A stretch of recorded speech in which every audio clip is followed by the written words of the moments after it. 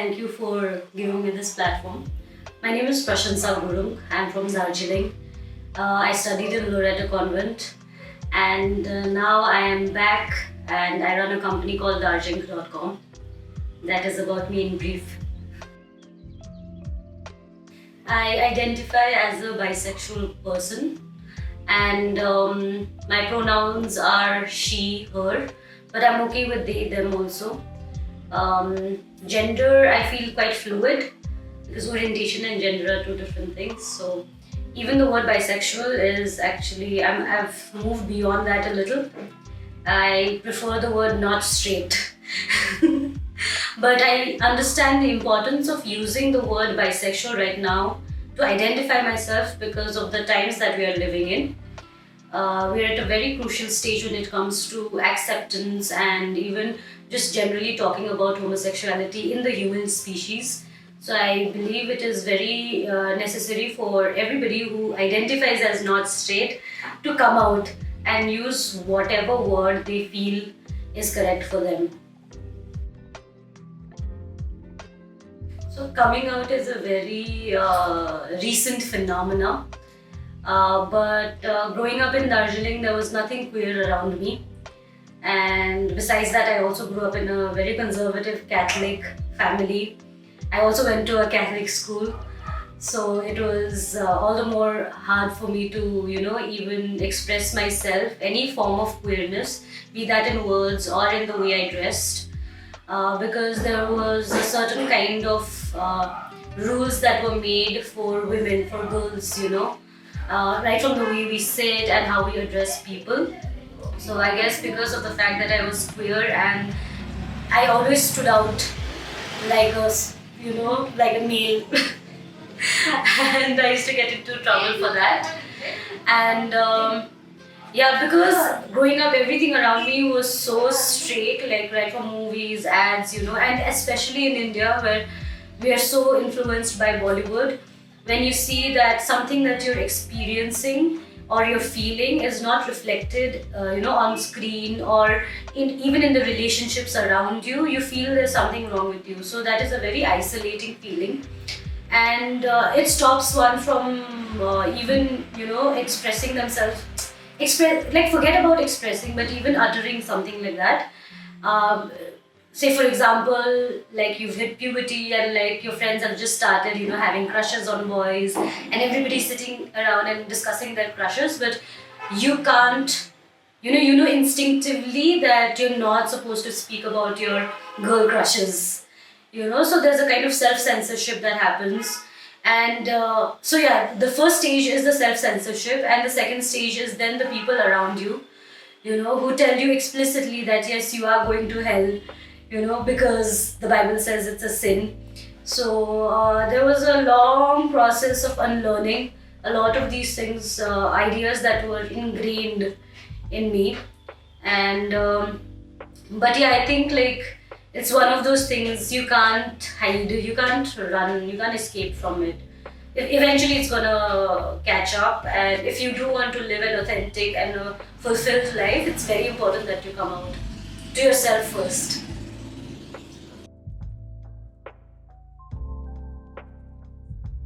What helped me personally was, see, as I said, growing up in Darjeeling, things were never open.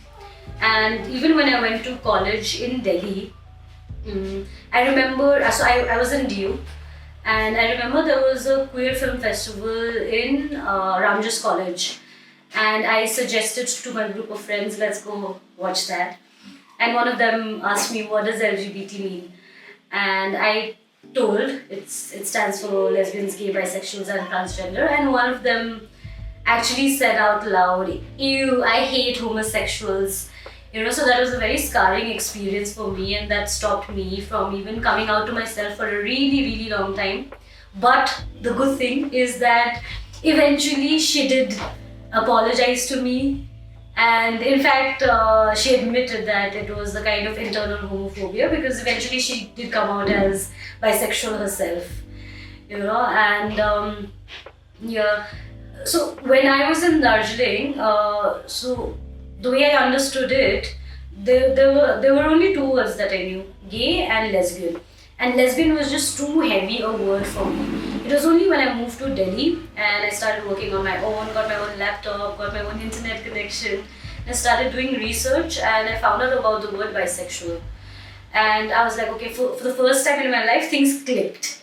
Like, okay, yeah, this is an identity that I'm comfortable with, because I had dated boys as well, and I had had crushes on girls. I had not dated any girls until then, But yeah, like even Delhi as a place was quite homophobic. My group of friends, and even though I did have two full-blown relationships with women in this age, but those relationships themselves crumbled because neither of us could admit that it was anything more than friendship. It was just sad, but it was good while it lasted. But it was only when I moved to Bombay, because Bombay, as you know, is the gay capital of India, that things were so free. And what helped was that there was a gay boy in my class. And up until then, I think I was mistaken between gay people and eunuchs, hijras, or like effeminate men. But here was a guy who identified openly as a gay man, but wasn't really like, that limp-wristed, stereotypical gay people that people generally think of. So his openness really helped me, come to terms with my own sexuality, and I came out to my friends, and it was just not a big deal at all. I thought there would be some kind of overreaction. When I moved to Bombay though, I think I had already made up my mind that I am going to come out, because Bombay was a new city, it was a clean slate, and I thought that, okay, let me see what happens if I say it out loud. Let me see what the reaction is, because I always had the option of coming back to Delhi or Darjeeling and living, inside the closet, going back inside the closet again. But I'm very glad for Abhishek Desai, because he really helped me come to terms with myself. And after that, there was just really no looking back, because I started getting involved in with an NGO that works for queer rights.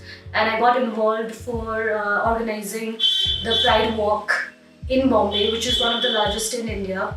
And I've been associated with them since 2011 until I moved back to Darjeeling in 2018. So it was, I think, Bombay that helped me. The luxury of anonymity that Bombay offered is what helped me.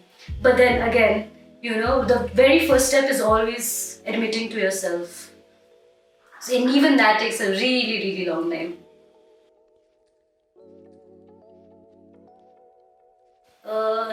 Representation becomes a little political, okay? But since coming back, I do see a lot of change actually. But then when I first came back towards the end of 2018, and especially after having lived in Bombay, I knew there were gay people around me. I knew there were gay people, but I just didn't know who they were.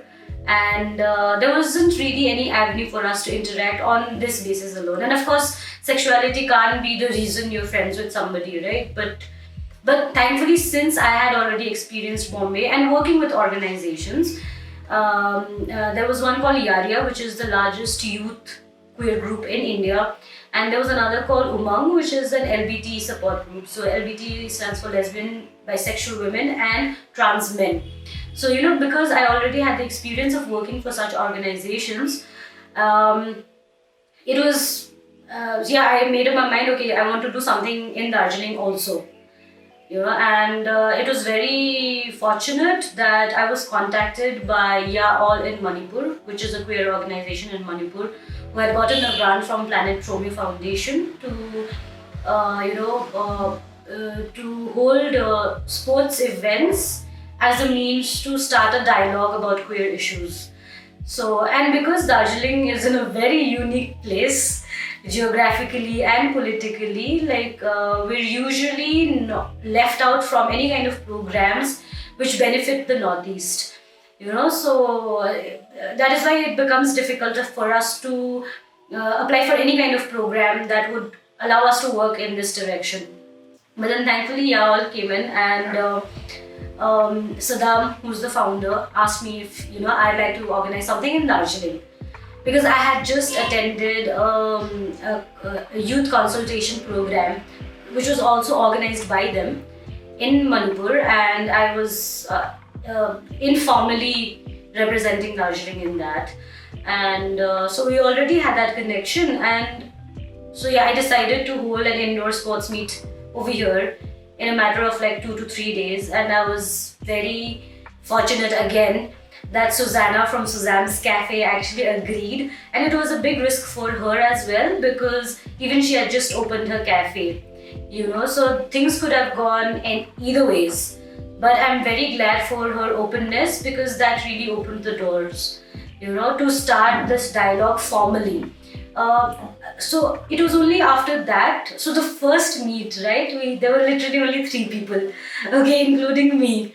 But so it's not like there aren't organizations in Darjeeling which are not working for. I wouldn't say queer rights. There are organizations which work for MSM people. So MSM stands for Men Who Have Sex With Men. So there's MythJew, which has been functioning for I think almost 20 years now. But again, the focus is on men, right? And these aren't men who necessarily identify as gay. So there is a need to kind of demarcate the two and view this issue in a larger framework, and not just from a clinical perspective, but also from a social perspective. So I think that is what I wanted to do. And yes, the first one had like 3 people attend, and 6 months later, I held a film screening with 2 documentary films, one on a trans man and one on a trans woman that I myself had shot. And I was the cinematographer, and my friend was the director. And that film had been screened in Kashish International Queer Film Festival as well in Bombay. So we decided to screen that film in Suzanne's again, and this time 16 people showed up, and just a matter of 6 months. And with those 16 people who came on board, eventually we formed a collective called Indreni Ling. And I think again that's like a huge step for a small place like ours. And although because of the lockdown, we haven't really been able to do the kind of activities, organize the kind of activities or meetups that we had originally intended on. But I think our biggest win was that before the lockdown started in March 2020, we organized a panel discussion in Southfield College. And I think that is quite historic, for an erstwhile Catholic institution, to, allow us to have a space like that, to have a dialogue like that. And we had a lot of volunteers, besides the 16 people who showed up, we also had volunteers from the college itself who contacted other schools and colleges. So we had attendees from all these other educational institutes as well. So yeah, I think like that was a big win for us. The event was called Indreni Lingo, Imagined and Lived Realities. That was the theme, So there's a certain kind of image that people have in Ed when they think about LGBT people. And now, again, right, because sexual orientation is a difference based on a sexual act, right? So immediately it conjures images of like just sex, whereas human beings are so much more than that. Like sex forms a really small part of it. So I think that those were some of the few things that we were able to kind of address in that event. And the idea was to have this as an annual event in colleges across the hills. But of course, 2021, because of the situation, it did not happen. But hopefully we'll get back on track. And yeah. So Indreni Ling is this rough collective that we have formed, which comprises of people identifying as queers as well as allies. It's supposed to be a safe space where ideas of gender and sexuality can be freely discussed. We're also supposed to function as a queer support group, a peer support group. So, even helping each other out, say if somebody wants to come out to their parents, or if somebody was outed, and how do you deal with that? And although we don't have anything, officially in a structured form as yet, but I feel it is a good start, and hopefully we'll be able to do more concentrated programs in the future. But as far as I know, this is the first of its kind in Darjeeling.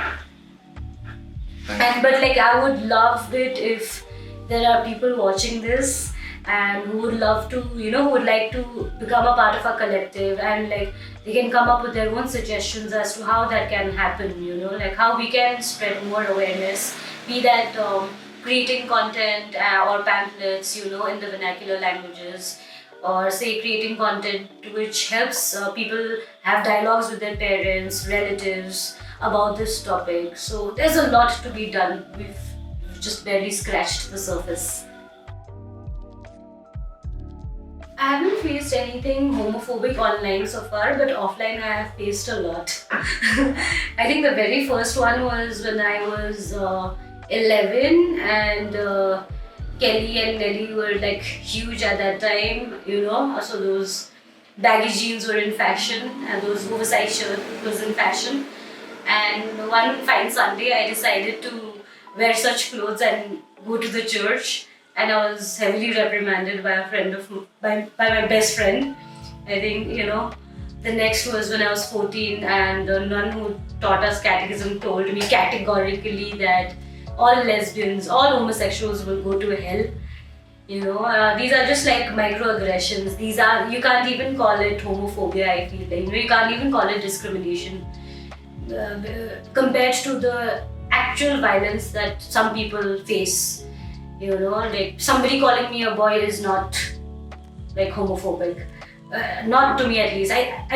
Not right now, because I've been through so much. I've developed a really thick skin. There was a time when I used to get affected if somebody called me a boy, But at some point I had to have that dialogue in my head, but like, why am I getting offended, There is nothing wrong with being called a boy.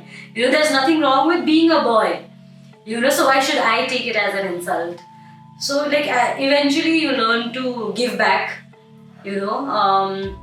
But I remember this really homophobic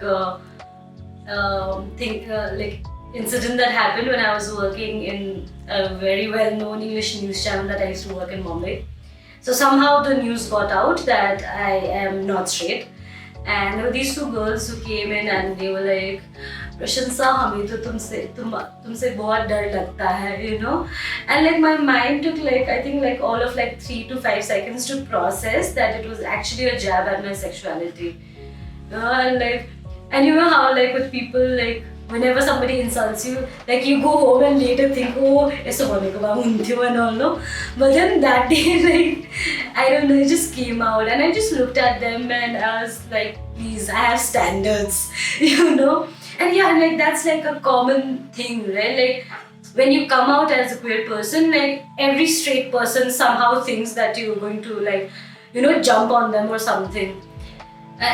That is just a very disturbing stereotype, to be accused of also, and to even fathom, I don't think every straight person walks around thinking that all other people like me, so why should we, as people who identify as not straight, be accused of something like that, it's just ridiculous. As I said, we have standards too, And if anything at all, I think being bisexual for me personally means that I'm all the more rigid about my choices, which is why I have opened the pool to both genders and sexes, because the standard is that much higher. Okay, there are very few common ones. The first being that it's a Western concept, that it never actually existed in our local cultures, but that is not true at all. I don't mean to instigate anybody, but if you look at myth, junche myth, Launi Chalansa, who is to say that was not our own society's way of dealing with this, right? Because त्यो myth जोड्दाखेरि चाहिँ त्यो परिवारै हुन्छ अरे नि त उनीहरू, हैन?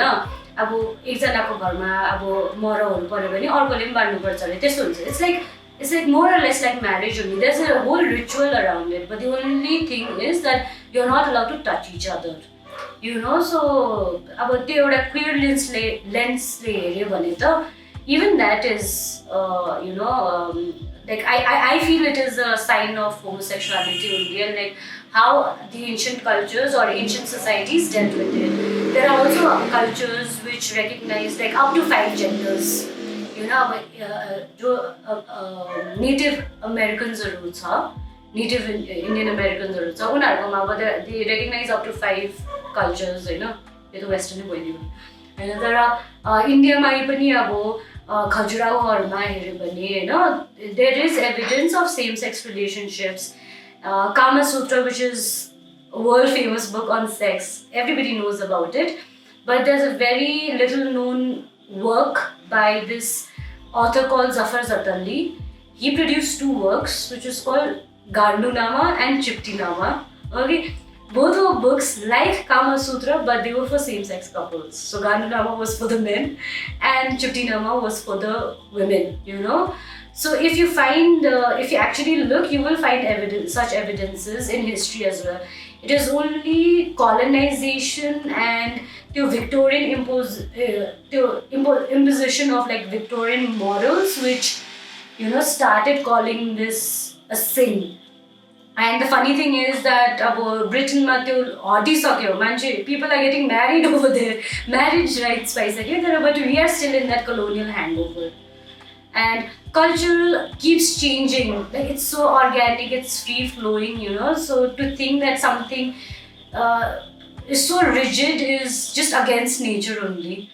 त्यो भयो एउटा हैन अर्को myth यो पनि छ कि that people are gay because they don't get attention from the opposite sex, or there is a lack of interaction with the opposite sex because of which they turn out to be gay. Again, completely not true at all. And यसमा चाहिँ म आफ्नै नै example दिन्छु है, किनभने for the longest time I thought I was not straight because I studied in an all-girls school. But I mean, I used to literally pray to God, please don't make me gay. I used to like literally pray, okay, to God, like begging, please don't let me be gay. And I thought that things would change once I am in a co-ed environment. But when I went to college, to Stephens, which is a co-ed college, over there also the first person I had a crush on, the first person I had a relationship with were both women, And then I thought that, okay, I'm getting attracted to women because I don't have a boyfriend, But then I got a boyfriend. Good guy, abusive pani haina, but still I was attracted to girls, And it's not for the lack of attention from the opposite sex, for sure. That I can guarantee. No, I don't mean to brag, but like Qatar just like not interested, So that then there's another the other misconception is that if you're gay, then people think that you're hitting on them, as if we don't have standards, like it makes a person feel very small, when friendly you may be a friendly person, and even that can be misinterpreted sometimes. And to those people I say, look into yourself. If you have a problem when I say I love you to you as a human being, and if you feel uncomfortable about it, surely there must be something inside of you. It's called internalized homophobia. Because I have a lot of straight friends, who I express my love to them. Like I have like very flirty relationships with, and it's a lot of fun, but there's nothing even remotely sexual about it because they are okay with their straightness, with their sexuality. They know who they are. So people who have a problem with homosexuals, these are actually people who are closeted homosexuals themselves, which is why it's like to let their attention not draw on me. They would rather accuse somebody else who's out and proud, then they will go to bully them, because they don't want the focus to come on them. So it's just internalized homophobia. Then okay, so what have you guys heard? Oh yeah, like that homosexuals and bisexuals are like just interested in sex and nothing more. I mean, like, come on, like this, you know, being a human being is more than just that. We were not born to just procreate. There is more to life than that. There's art, there's culture, you know, there's connection, there's intimacy. There are so many different kinds of love than just a physical manifestation of it. You know sex forms a really tiny part of it. So I think these are things that people should be aware of. And more than that, अहिलेको जमानामा जब everything is digital, anything you can find online, I don't think there is any room for an excuse for ignorance. क्या? So त्यही हो.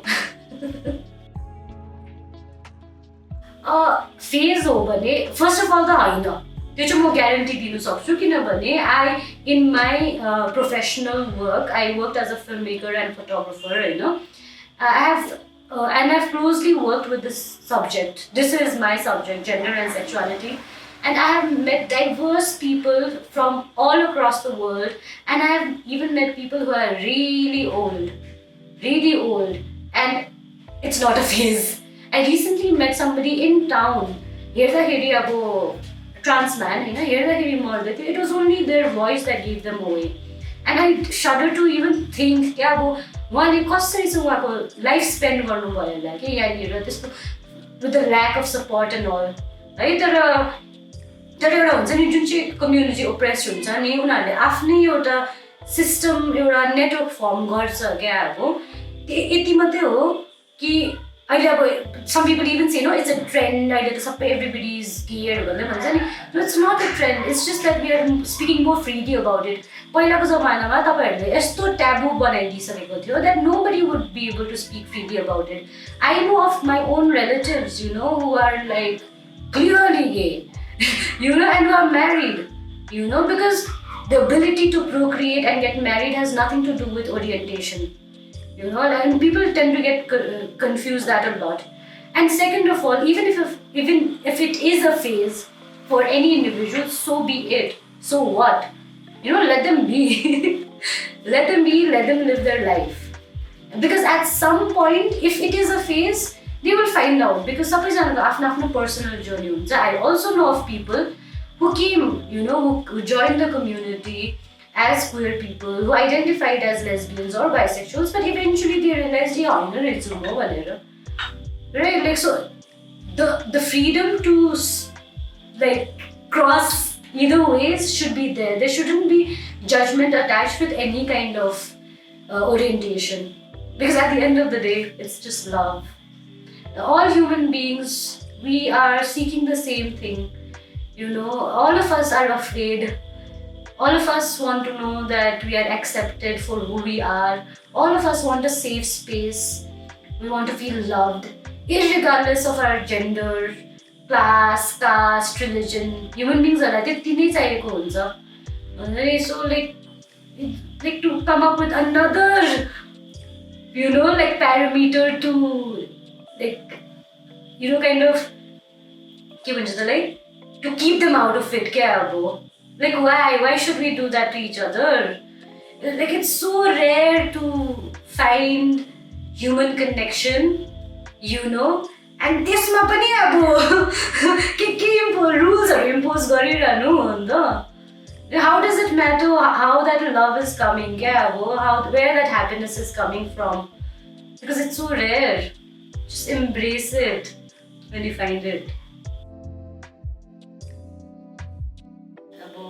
I'll get more devil's advocate. I'll play over here right now. The stage again. The stage of acceptance of homosexuality in society. I think every drop counts. So even if it is tokenism, because at least they got the exposure to paउँदैछ हैन. किनभने at the end of the day नि त्यो मान्छेले चाल पाइहाल्छ नि त यो टोकनिजमै हो भनेर. I think so. Like I feel like people have that power to discern between what is tokenism and what is genuine work. Yeah. So it helps. I wouldn't be against it as such. Yeah. Not the answer you were expecting. यसमा चाहिँ again like अलिकति हामीले आफै पनि रिडअप गर्नुपर्छ है तर अब समराइज गर्नु पर्दाखेरि चाहिँ people think that since section 377 was struck down it has become illegal त्यो होइन त्यो first of all section 377 नै problematic थियो किनभने it just said the word that any kind of non-penetrative sex any kind of sex that does not lead to procreation is a crime भनेको थियो so then that means the blow job पनि crime भयो sex with a condom पनि crime भयो and women त mentioned नै छैन अब it's like lesbians don't even exist so that was problematic in itself so त्यो struck down भयो त्यो यति मात्रै हो कि त्यो criminal offense चाहिँ it's not a criminal offense anymore now चाहिँ पहिला like a lot of people used to get extorted on the because of this IPC but अहिले चाहिँ अब भर्खर त डिक्रिमिनलाइज भएको अब राइट्सहरू त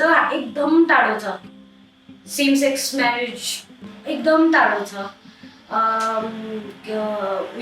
mean the fight is on but like I still think we have a long way to go it'll be another 30 years 30 years ago Calcutta ma Ashok Rao Kavi and like few other men walked the first pride walk and 30 years later section 377 struck down bhayo so I feel it is another 30 years before same sex marriage is legalized but again marriage to एउटा मात्रै aspect हो नि त हैन तर but even things like say adoption rights domestic partnership हुन सक्छ then health rights किनभने अब say if doctors are prejudiced how will they treat a trans person how will a psychologist or a therapist be there for a person who identifies as a queer person if they themselves have prejudices so changes happen both top down and bottom up अब त्यो ल striking down त एउटा टप down approach भयो है तर button up चाहिँ अब त्यो एउटा सोसाइटल लेभलमा नै हुन्छ से for example videos like this to be given a platform to speak to have people hear you out without wanting to kill you I mean like अब भन्दा कस्तो लाग्छ नि हैन but there are actually people who do face violence to that extent simply for the fact that they're queer I mean I hear some people straight people saying like why don't like straight people or the queer I mean pride walk hundaina ta bhanera I'm like you have not walked in the shoes you don't know how it's like to live a queer person when you have to like constantly hide your truth like at some point dimag is short fuse भएको जस्तो क्या when you're talking when you're discussing your relationships you're changing the gender and speaking हुन्छ नि and अब त्यो रिलेसनशिप्सहरुमा पनि अब heterosexual रिलेसनशिप्सहरुमा के प्रब्लम छ भने you can discuss it with your friends you can discuss it with your family but same sex couples हरुको लागि त त्यस्तो पनि छैन हुन्छ नि so like long way to go and the only way I see change happening is through this only कि the more we talk about it the more we discuss it the more people come out not as an ally but like own yourself you owe it to yourself to live your most authentic self first आफूलाई admit गर then अरूको नि अब परै लाग्दैन के अब once you are there for yourself once you have accepted yourself then the journey becomes so much easier it's become so much easier to find other people like you going through the same thing so like yeah come out to yourself and then legalहरु त भइहाल्छ किनभने मान्छेहरु नि अब बिहे गर्नु छ भने पनि अब त्यो मन्दिरहरुमा गएर सिन्दूर हालेर बिहे गरिदिन्छ without अब त्यो legal anything Hahn court papers or anything because at the end of the day त्यो मन मिलेपछि अब उनीहरु भइहाल्छ नि अब त्यो के हैन के भन्छु भने लास्टमा चाहिँ that human beings are beautiful we are so diverse and to limit ourselves by putting ourselves in boxes and forcing others also to put themselves in boxes is just not fair it is a fight against nature it can't be won so let's accept the beauty of the diversity of human beings, like we exist in so many different levels, like our experience as a human being is at so many different levels. So let's have space for all of them, let's have a safe space for all of them. And whoever is struggling with this is, please feel free to reach out to me. The whole point of me coming out in a public forum and speaking about it this way is because I know how it feels to be alone, to feel isolated, and to feel like nobody understands you, and there is nobody else in the world like you, which is not true, because roughly 10% of the more than 10% of the population of human beings are not straight, and in fact, even when it comes to gender, right, like if you do a gender test, nobody is like outrightly male or outrightly female. All of us exist on a spectrum. That is the beauty of human beings. So I think that's something that we need to recognize. And yeah, like feel free to reach out to me, and if nothing at all, I will at least give you an ear, and I'll connect you to other people who might be able to, like just hear you out. Because I don't want anyone else to go through what I did, like that feeling of emptiness, feeling suicidal, feeling like you don't matter. Because you do. You matter. You're beautiful. Yeah.